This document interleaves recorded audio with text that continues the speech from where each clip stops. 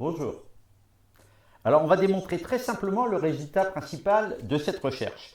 On n'utilisera ici que l'analyse la plus standard, de niveau L3 quand même, hein. Sauf qu'à la fin, on sera obligé de faire l'hypothèse de l'existence d'une durée vraiment infinitésimale. Et puis aussi que toutes les durées finies sont des multiples de cette durée infinitésimale.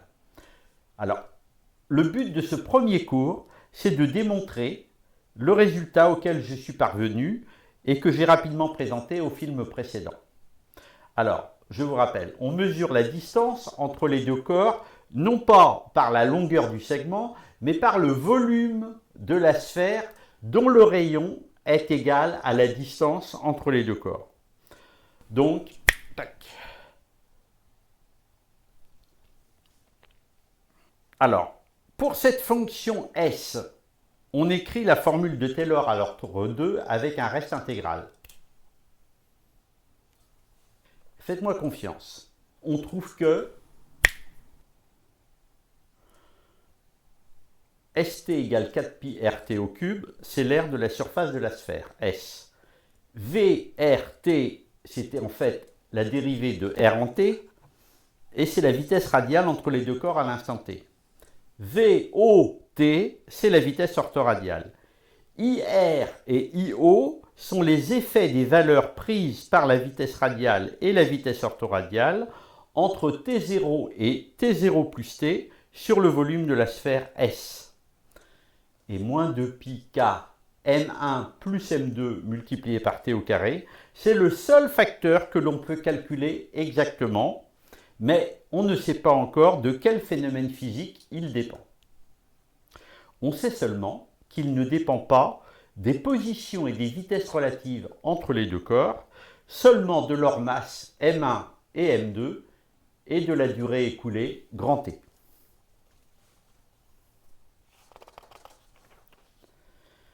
Alors maintenant, on va parler de la loi de Galilée. Alors, l'invariant est analogue à la loi de Galilée lorsque l'origine du temps et de l'espace est à l'extrémum.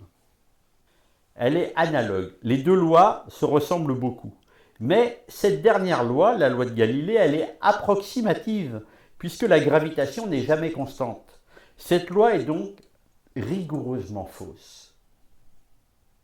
On ne peut espérer interpréter une loi fausse, c'est-à-dire lui donner son contenu de réalité, mais on peut en comprendre déjà une petite partie. Cela nous préparera à interpréter complètement l'invariant moins 2pi k M1 plus M2 multiplié par T au carré. Et celle-là, c'est une loi exacte à l'intérieur du problème des deux corps.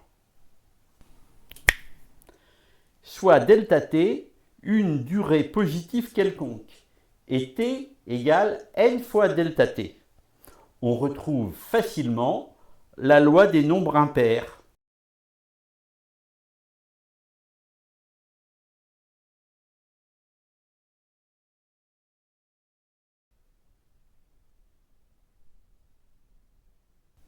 La progression des distances de chute parcourues par l'objet en chute libre sur des pas de temps delta t consécutifs est très simple, 1, 3, 5, 7, etc. Et quand on considère les distances totales de chute depuis l'origine, on trouve 1, 4, 9, 16, etc. On a donc retrouvé la proportionnalité au carré du temps. Alors, on peut démontrer par une récurrence finie que la loi des nombres impairs est logiquement équivalente aux trois conditions suivantes.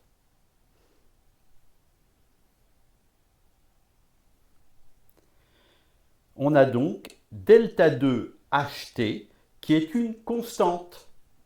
Les différences secondes par pas de temps delta t ne dépendent pas de t, qui est égal à n fois delta t, seulement de delta t. On peut démontrer de la même manière, par récurrence, que lorsqu'on remonte le temps, eh bien, on a toujours la même propriété.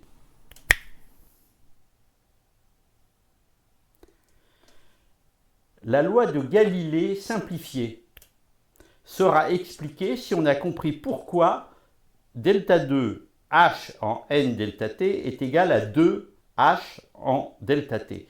avec n qui appartient à z.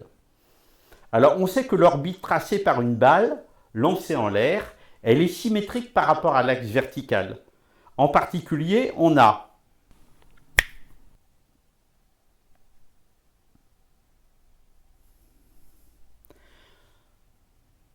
compris pourquoi la différence seconde est égale à 2 fois la distance de chute au premier pas de temps, après la position d'équilibre.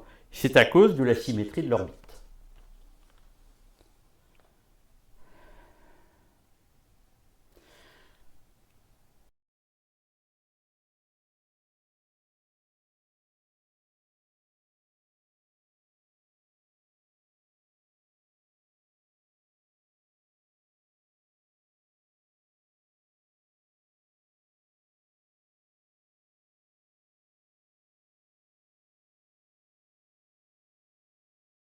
Pour interpréter, c'est-à-dire donner le contenu de réalité de la formule, il faut admettre l'existence d'une durée non nulle, positive, notée O, qui vérifie, on dit que cette durée est infinitésimale ou infiniment petite. L'existence de cette quantité sera démontrée dans les cours suivants. Alors, il faut aussi admettre qu'une durée finie est un multiple de O, où L est un entier fini ou infiniment grand. On reverra ça dans les cours suivants. On a alors les deux ingrédients pour faire par analogie le même raisonnement que celui que l'on vient de faire sur la loi de Galilée simplifiée.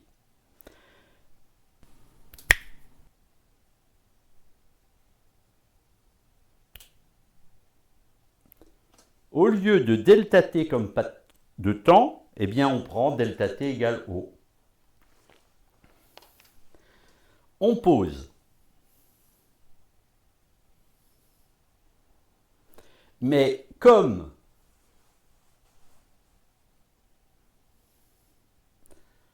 on a retrouvé la loi des nombres impairs, que l'on écrit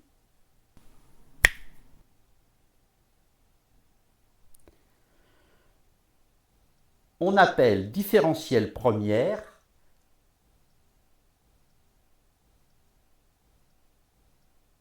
et différentielle seconde de V en T égale L fois O, la quantité on a, puisque T plus O, c'est LO plus O, et donc c'est L plus 1 O. On a retrouvé que la différentielle seconde de la fonction V est constante et égale à 2 fois la valeur prise par V au premier pas de temps, O. Une explication partielle de cette loi est la même que dans le cas de la chute galiléenne. Elle est due à la symétrie de l'orbite autour de T. Parce que sur une durée nulle, eh bien, la diminution du volume elle est nulle. Donc on a VO qui est égal à 0. Mais cette fois, on va réussir à expliquer complètement cette loi. D2V en T est égal à 2VO.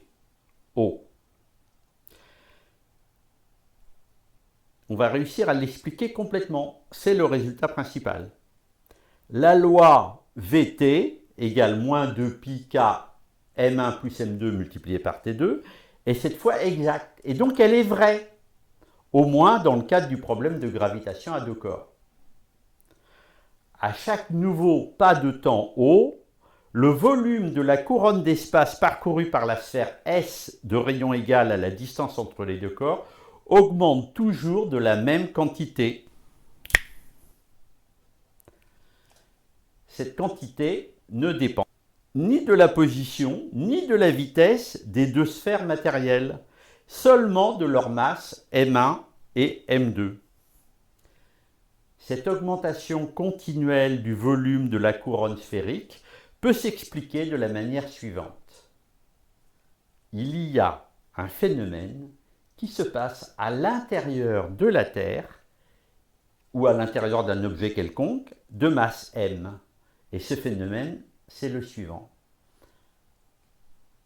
à chaque pas de temps O, il disparaît à l'intérieur de l'objet de masse grand M un volume d'espace 4pi km O2. Soit T0 à un instant quelconque. Entre T0 et T0 plus O, il disparaît 4pi km O2. Entre T0 plus O et T0 plus 2O, il disparaît un volume 4pi km O2.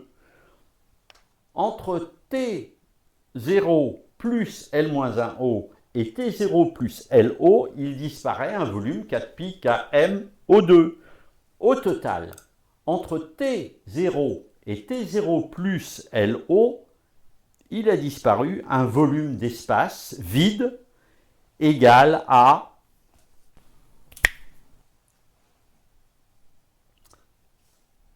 puisque L multiplié par O est égal à T. Cette explication complète du phénomène de la gravitation consiste à faire trois hypothèses physiques.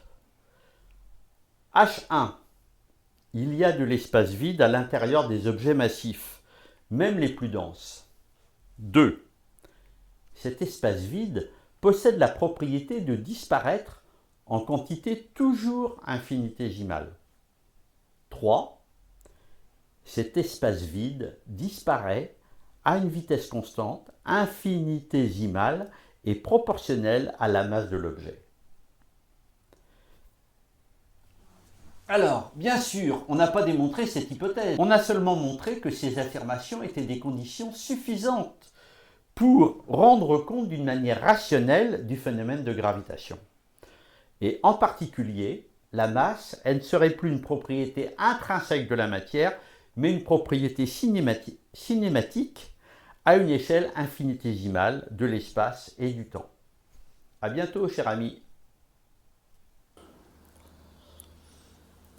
Il y a deux manières de considérer les concepts qui sont, l'une et l'autre, indispensables pour comprendre. La première est la méthode analytique logique. Nous nous trouvons sur un terrain relativement sûr. C'est la sécurité qui nous inspire tant de respect dans la mathématique. Mais cette sécurité s'achète au prix d'un vide sans contenu. Les concepts n'obtiennent un contenu que s'ils sont liés, si indirectement que ce soit, aux expériences des sens. Mais aucune recherche logique ne peut révéler cette liaison. Elle peut être seulement éprouvée. Et cependant, c'est précisément cette liaison qui détermine la valeur cognitive des systèmes de concepts.